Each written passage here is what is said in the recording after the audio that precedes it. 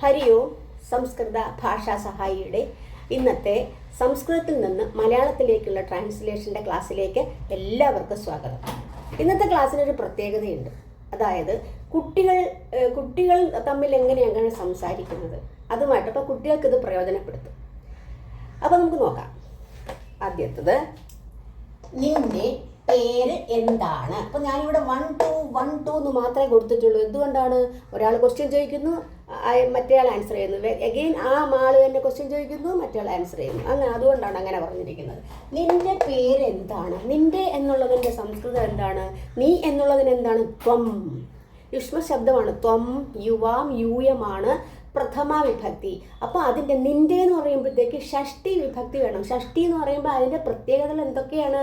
ഇൻ്റെ, ഉടേ, ക, ന ഇങ്ങനെയൊക്കെ വരുന്നത്. അപ്പം നിന്റെ എന്ന് പറയുമ്പം യുഷ്മ ശബ്ദത്തിൻ്റെ ഷഷ്ടി വിഭക്തി എങ്ങനെ വരും? ത്വം യുവാം യൂയമാണ് പ്രഥമ എന്ന് പറഞ്ഞു. ഷഷ്ടി വരുമ്പോൾ തവ യുവയോഹോ യുഷ്മാകം. തവ യുവയോഹോ യുഷ്മാകം. അപ്പം നിന്റെ എന്ന് പറയുമ്പോൾ തവ. തവ എന്ന് ആദ്യം എഴുതി അല്ലേ? തവ എഴുതി. തവ. ഇനി പേരിന് എന്താ പറയണേ? നാമ. പേരിന് നാമ. തവ നാമ.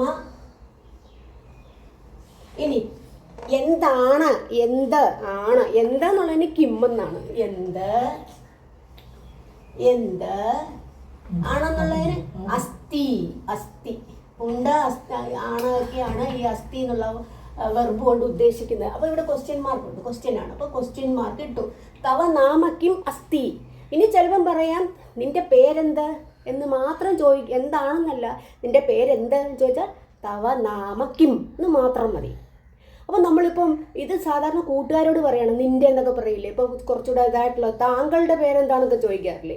താങ്കൾ എന്ന് വെച്ചാൽ ബഹുമാന സൂചകമായിട്ട്. അപ്പോൾ താങ്കൾ എന്നുള്ളതിന് എന്ത് വാക്കാണ് പ്രയോഗിക്കുന്നത്? ഭവാൻ. ഭവാൻ. പക്ഷേ താങ്കളുടെ എന്ന് പറയുമ്പോൾ ഷഷ്ടി വരണ്ടേ? ഭവാൻ എന്ന ശബ്ദത്തിന് ഷഷ്ടി എങ്ങനെ വരും? ഭവതഹ. അപ്പോൾ ഇവിടെ വരുന്നത് എന്താണ്? തവയ്ക്ക് പകരം ഭവതഹ നാമകിം അല്ലെങ്കിൽ ഭവതഹ നാമകിം അസ്തി. മനസ്സിലായില്ലേ? ഇനി സ്ത്രീലിംഗമാണ്. നേരത്തെ പറഞ്ഞ ഭവാൻ എന്നുള്ള സ്ത്രീലിംഗമാണ്, പുല്ലിംഗമാണ്. അപ്പം സ്ത്രീലിംഗം എങ്ങനെ വരും? ഭവതിയുടെ പേരെന്താണ് എന്ന് ചോദിക്കുമ്പോൾ ഭവതി എന്നുള്ളതാണ് അതിൻ്റെ പ്രഥമ. അപ്പോൾ അതിൻ്റെ ഷഷ്ടി വരുന്നത് ഭവത്യാഹ.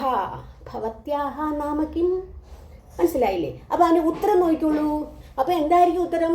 എൻ്റെ പേര് ഇന്നതാണ് എന്നാണ് പറയേണ്ടല്ലേ. അപ്പോൾ എൻ്റെ എന്ന് പറയുമ്പോഴും അവിടെ ഷഷ്ടി വന്നില്ലേ? അപ്പോൾ എൻ്റെ എന്നുള്ളത് അസ്മശബ്ദമാണ്. അഹം ആവാം വയമാണ് അതിൻ്റെ പ്രഥമ വിഭക്തി.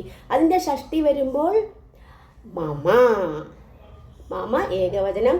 ആവയോഹോ അസ്മാകം ആണ്. മമ. അപ്പോൾ ഇവിടെ എന്താ പറയുക? എൻ്റെ എന്നുള്ള എൻ്റെ പേര് ആരും, ഞാൻ വെറുതെ ഒരു പേര് എഴുതിയതാണത്. എൻ്റെ പേര് മമ. മമ. പേരിന് നാമ. മമ നാമ. അരുണിന് അരുണഹ. അരുണഹ. ഇനി എന്നാണെന്ന് അർത്ഥമല്ലേ? അരുണഹ അസ്തി. അരുണഹ അസ്തി. മനസ്സിലായില്ലേ? അപ്പൊ ഇവിടെ നിന്റെ പേര് എന്താന്ന് ചോദിച്ചാൽ എന്താ? മമ നാമഹ. മമ നാമ അരുണഹ. മതി, ഇത്രയും മതി. അസ്ഥി വേണ്ട. മനസ്സിലായില്ലേ? അടുത്തത്, നിന്നോടൊപ്പം ആരാണ് കറങ്ങി നടക്കുന്നത്?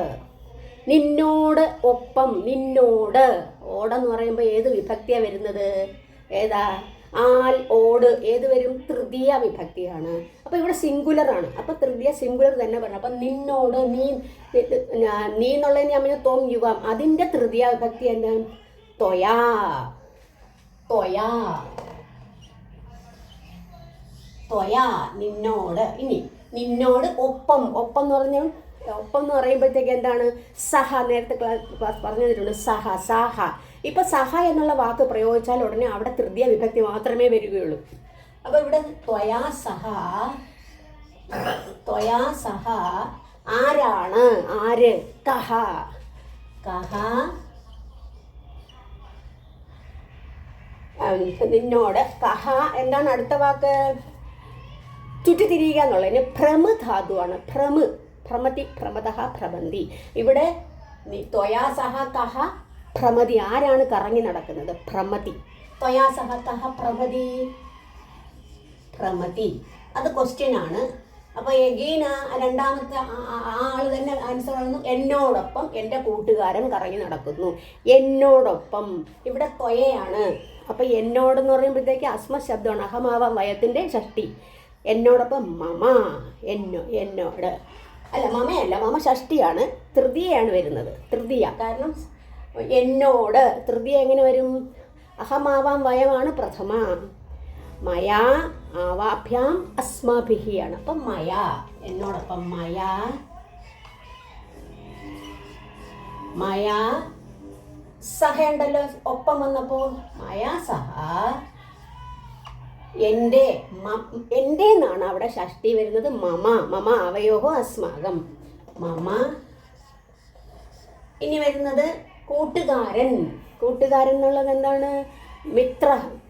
മിത്രം പറയാം, അല്ലെങ്കിൽ വേറെ സുഹൃദ പറയാം, എന്ത് വേണമെങ്കിലും പറയാം. അപ്പോൾ മയാ സഹ മമ മിത്രം. മമ മിത്രം. മിത്രം. ഇനി കറങ്ങി നടക്കുന്നു. ഇത് തന്നെ ഭ്രമതി. മയാ സഹ മമ മിത്രം ഭ്രമതി. ഈ രീതിയിലാണ് പറയേണ്ടത്. അത് അപ്പോൾ ഇവിടെ മയ സഹ എന്നുള്ള വാക്ക് വന്നാൽ ഉടനെ എന്ത് തന്നെ വരുവുള്ളൂ? എന്തിൻ്റെ കൂടെ വരുള്ളൂ? തൃതീയ വിഭക്തി തന്നെ അവിടെ വരുവുള്ളൂ. മനസ്സിലായാലേ? നീ ഏത് ക്ലാസ്സിൽ പഠിക്കുന്നു? നീ ഏത് ക്ലാസ്സിൽ പഠിക്കുന്നു? നീ എന്നൊക്കെ അറിയാം ഇപ്പം അല്ലേ? ത്വം. ഏത് ക്ലാസ്സിൽ? ക്ലാസ്സിൽ എന്നുള്ളത് പിന്നെ സപ്തമി വിഭക്തിയാണ്. സപ്തമി. അതായത് കക്ഷായാം എന്ന് വരും. പക്ഷേ അത് മറ്റേ ഏതെന്നുള്ളത് എന്ത് തന്നെ വരണം? സപ്തമി തന്നെ വരണം. കാരണം ക്ലാസ് എന്നുള്ളതിനെ കുറിച്ച് പറയുന്നതാണ്. അപ്പം ഏത് ക്ലാസ്സിൽ എന്നുള്ളത് കസ്മിൻ കക്ഷായാം. കിം ശബ്ദങ്ങൾ പഠിച്ചിട്ടുള്ള കഹ കെ അതുപോലെ കിം കെ കാനിയൊക്കെ അതിൻ്റെ സപ്തമിയാണ് കസ്മിൻ കക്ഷ. കസ്മിൻ എന്നുള്ളത്. കസ്മിൻ കക്ഷായാം. കക്ഷായാം. ഇനി തൊമ്മായോണ്ട് പടുധാതുവിൻ്റെ മധ്യപുരുഷൻ പഠസി. തൊം കസ്മിൻ കക്ഷായാം പഠസി. ചോദ്യം ചോദിക്കുകയാണ്. അപ്പോൾ അതിൻ്റെ അത് ഞാൻ 5ാം ക്ലാസ്സിൽ പഠിക്കുന്നു. ഞാനെന്നുള്ളത് അറിയാം. അഹം. അഹം 5ാം ക്ലാസ് എന്നിങ്ങനെ ക്ലാസ് അറിയാം. ക്ലാസ്സിൽ എന്നുള്ള കക്ഷായാം നേരത്തെ വന്നു. 5 എന്നുള്ളതിന് പഞ്ചമ്യാം. പഞ്ചമ്യാം കക്ഷായാം. പഞ്ചമ്യാം കക്ഷായാം. അഹം വരുമ്പോൾ ഉത്തമപുരുഷൻ പഠാമി. പഠാമി. ഇനി അതുപോലെ നിന്റെ വീട്ടിൽ ആരെല്ലാം ഉണ്ട്? നിന്റെ നേരത്തെ വന്നു. യുഷ്മത് ശബ്ദം ത്വം യുവാം യുവും അതിൻ്റെ ഷഷ്ടി അല്ലേ? നിന്റെ ഷഷ്ടി അല്ലേ? അപ്പോൾ തവ. തവ. വീട്ടിൽ. വീടെന്നുള്ളതിന് ഗൃഹം. വീട്ടിൽ എന്താ? സപ്തമി ഏകോദനം ഗൃഹേ. തവ ഗൃഹേ ആരെല്ലാം. ആരെന്നുള്ളത് കെ. കെ കെ ആരെല്ലാം. K K. K K. ഇനി ഉണ്ട് എന്നുള്ള പഠിച്ചല്ലോ. ബഹുവചനമാകുമ്പം അസ്തിസ്തഹ സന്തി. ബഹുവചനമാകുമ്പം സന്തി. K K സന്തി. ആരെല്ലാം ഉണ്ട്. അപ്പോൾ അടുത്ത എൻ്റെ വീട്ടിൽ എൻ്റെ അമ്മയും അച്ഛനും ചേട്ടനും അപ്പൂപ്പനും അമ്മൂമ്മയും ഉണ്ട് എന്നാണ്. അപ്പോൾ അതെങ്ങനെ പറയും? എൻ്റെ എന്നുള്ളതിന് മമ. മമയല്ലേ എൻ്റെ? നേരത്തെ പഠിച്ചിട്ടുണ്ട് മമ എന്നുള്ളത്. തവ വന്നപ്പോഴത്തേക്ക് നിൻ്റെ. മമ എൻ്റെ. അപ്പം അങ്ങനെ പറയും. എൻ്റെ വീട്ടിൽ മമ. വീട്ടിൽ നിന്നുള്ള നേരത്തെ വന്നു. വീട്ടിൽ സപ്തമിയാണ്. ഗൃഹേ. മമ ഗൃഹേ ആരൊക്കെയാണ്? എൻ്റെ. വീണ്ടും എൻ്റെ വന്നു. മമ. ആദ്യം മാതാ. അമ്മയ്ക്ക് മാതാ. കോമ അച്ഛൻ പിതാ. കോമ ചേട്ടൻ എന്താ? ഭ്രാത. ഭ്രാത. കോമ അപ്പൂപ്പൻ എന്ത് പറയും?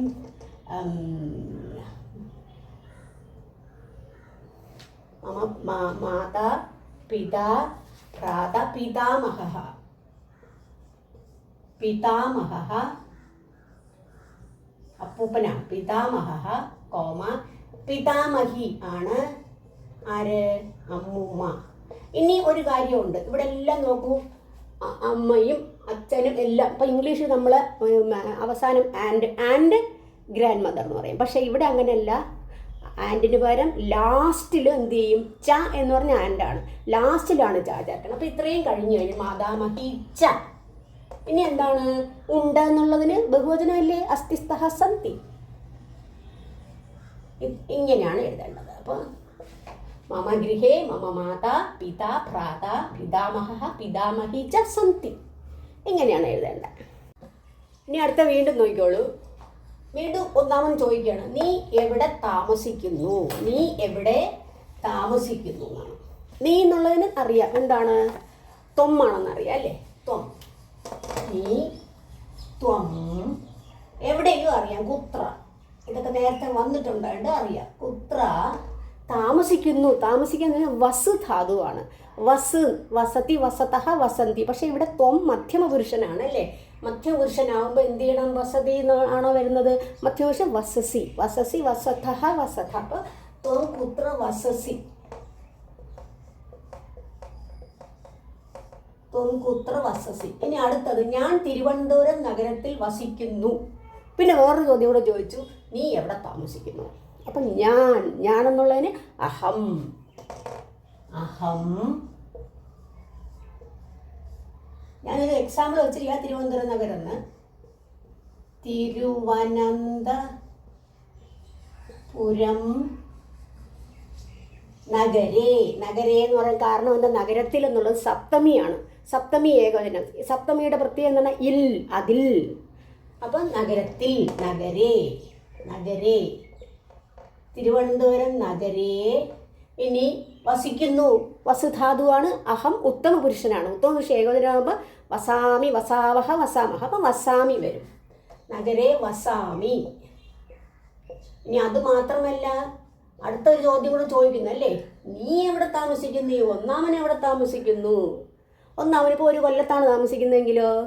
ത്വം കുത്ര വസസി. അഗെയിൻ ചോദിക്കുന്നു, ത്വം കുത്ര വസസി?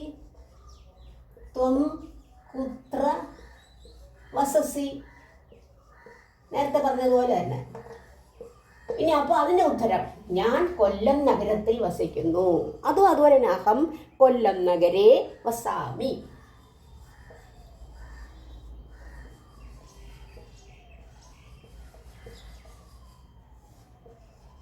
നഗരേ വസാമി. ഇനി അതുമല്ല, അടുത്ത് നീ എവിടെ പഠിക്കുന്നു ചോദിക്കുന്നു. അതിൻ്റെ കൂടെ തന്നെ ചോദിക്കുക, നീ ത്വം എവിടെയെന്നുള്ളതിന് കുത്ര. ഈ പഠിക്കുക എന്നുള്ളത് എന്തോന്നാണ്? പഠിച്ചതല്ലേ? അത് പഠിച്ചതല്ലേ? കുത്ര. അത് ത്വമാമ പടതി, പടതഹ, പടന്തി. പ്രഥമപുരുഷൻ മധ്യപുരുഷനാണ് വരുന്നത്. പഠസി. ത്വം കുത്ര പഠസി? Question mark. പഠസി. അപ്പോൾ അതിന് ആൻസർ, ഞാൻ ഡാഷ് വിദ്യാലയത്തിൽ പഠിക്കുന്നു. ഏത് വിദ്യാലയം ഞാൻ എഴുതിയിട്ടില്ല, നിങ്ങൾ തന്നെ എഴുതേണ്ടതാണ്. ഞാൻ എന്നുള്ള അഹമാണെന്നറിയാം. അഹം ഡാഷ് അവിടെ എഴുതിയാൽ വിദ്യാലയത്തിൽ എന്നുള്ളത് എന്താണ്? സപ്തമി ഏകവചനം. ഇല്ലെന്നല്ലേ സപ്തമിയുടെ? വിദ്യാലയേ. അഹം ഡാഷ് വിദ്യാലയേ. ഇനി അഹമാകുമ്പോഴത്തേക്ക് ഉത്തമ പുരുഷൻ ഏകവചനം വരണം അല്ലേ? പഠിതാതുവിൻ്റെ ഉത്തമ പുരുഷൻ പഠാമി. ബാക്കി പഠാമി, പഠാവഹ, പഠാമഹ. പഠാമി. അഹം ഡാഷ് വിദ്യാലയെ പഠാമി. അപ്പോൾ ഇത്രയും മനസ്സിലായില്ലേ?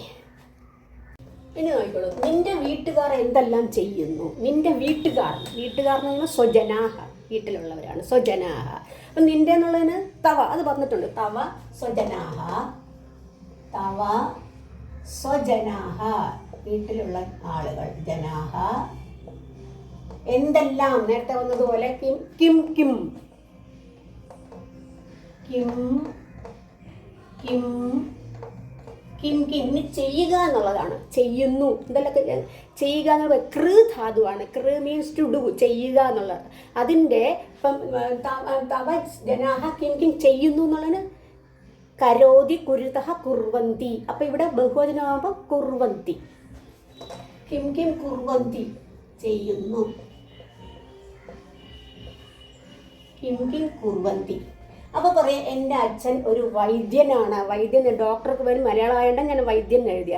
എൻ്റെ അച്ഛൻ, എൻ്റെ എന്നുള്ളത് മമ, മമ എൻ്റെ, ഷഷ്ടി ഏകവചനം.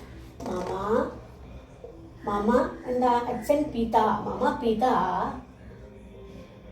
ഒരു വൈദ്യൻ. പിതാവെന്നുള്ളതിന് പുല്ലിംഗമായതുകൊണ്ട് ഏകഹ, ഏകഹ പിന്നെ ഏകഹ,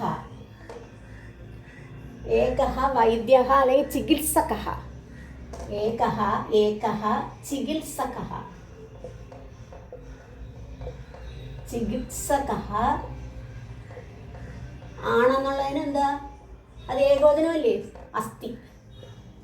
ചികിത്സകഃ അസ്തി, ഒരു ചികിത്സകനാണ്. അടുത്തത് എൻ്റെ അമ്മ ഒരു അധ്യാപികയാണ്. അവിടെ നിന്ന് എൻ്റെ വന്നു മമ, മമ മാതാ. ഇവിടെ അമ്മ സ്ത്രീലിംഗമാണ് അല്ലേ, സ്ത്രീലിംഗമായതുകൊണ്ട് ഒരു എന്നുള്ളത് എന്തായിരിക്കണം, ഏകാ, സ്ത്രീലിംഗം തന്നെ ആയിരിക്കണം. ഏകാ അധ്യാപിക, ഏകാ അധ്യാപിക, അത് നേരത്തെ വന്നതുപോലെ അസ്തി. ഏകാ അധ്യാപിക അസ്തി. അടുത്തത് എൻ്റെ അപ്പൂപ്പൻ പെൻഷനായ അധ്യാപകനാണ്.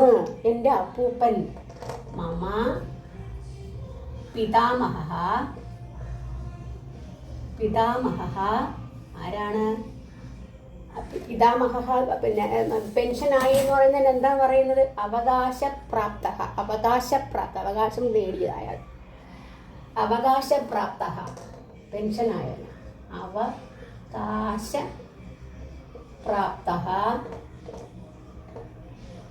അവകാശപ്രാപ്ത, അവകാശപ്രാപ്തനായ അധ്യാപകനാണ്. അധ്യാപകനാണെന്ന് പറയുമ്പോഴത്തേക്ക് അധ്യാപക അസ്തി, കാരണം പെൻഷനായ അധ്യാപകനാണ് എന്ന് കാണിക്കുകയാണ്.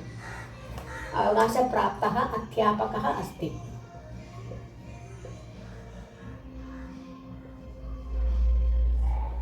അസ്തി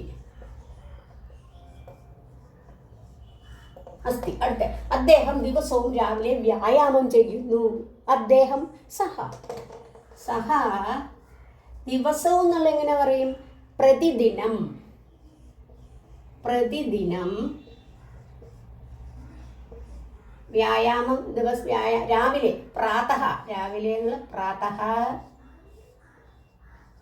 വ്യായാമം, വ്യായാമം തന്നെയാണ് വ്യായാമം.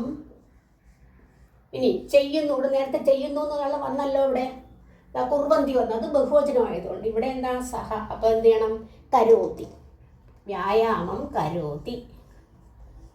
സഹ പ്രതിദിനം വ്യായാമം കരോതി. അപ്പം മനസ്സിലായില്ലേ, ഇത്രയാണ്. ഇനിയുമാണ് കുറേ ചോദിക്കാം, പക്ഷെ അത് ക്ലാസ് തീർന്നില്ലേ. അപ്പോൾ ഇന്നത്തെ ക്ലാസ് ഇത് അവസാനിക്കുന്നു. എല്ലാവർക്കും നന്ദി, നമസ്കാരം.